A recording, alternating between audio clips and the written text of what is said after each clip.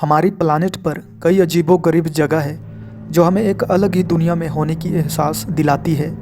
इसमें से एक जगह ऐसा भी है जहां आप जीते जी नरक का नज़ारा देख सकते हैं।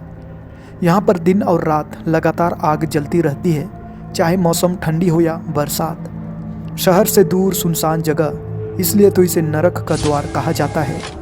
यह तुर्कमेनिस्तान देश के काराकुम रेगिस्तान के बीच बसी एक छोटी सी गांव दरवाजा में मौजूद है।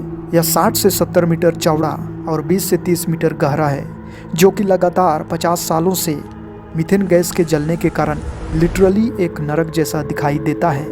लेकिन एक प्रश्न आपके मस्तिष्क में जरूर घूम रहा होगा कि क्या यह नरक का द्वार प्राकृतिक रूप से बनी या फिर मनुष्य ने बनाया या फिर कोई और जैसे एलियन।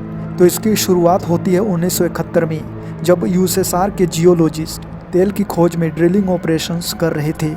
लेकिन इस दौरान वहाँ की ज़मीन अपने आप नीचे धंस गई, जिसके कारण वहाँ एक बड़ा गड्ढा बन गया, जिसमें से भारी मात्रा में मीथेन गैस वहाँ की वातावरण में फैलने लग गई। इसको रोकने के लिए उन्होंने उसमें आग लगा दी, ये सोचकर कि मीथेन गैस जलकर खत्म हो जाएगी। लेकिन आग कभी बुझी ही नहीं।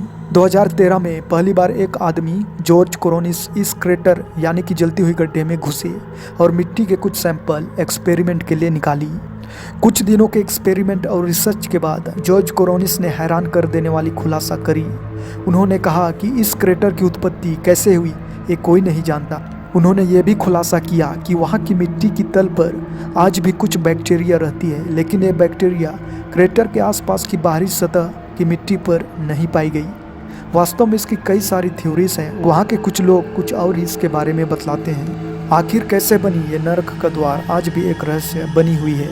दुख की बात तो ये है कि हमारी आने वाली पीढ़ी इस नज़ारा को अपने कैमरे में शायद ही कैद कर पाएगी, क्योंकि अब तुर्कमेनिस्तान की सरकार इस क्रेटर को बंद करने का आदेश जारी कर दिया है। इनका कहना है कि यह इन्वायरमेंट के लिए खतरा बनते जा रही है और एनर्जी भी बिना काम के लगातार वेस्ट हो रही है। आपको क्या लगता है, क्या तुर्कमेनिस्तान को इसे बंद करना चाहिए या टूरिस्ट प्लेस के रूप में रहने दें और इसे पैसा का सोर्स बनाएं?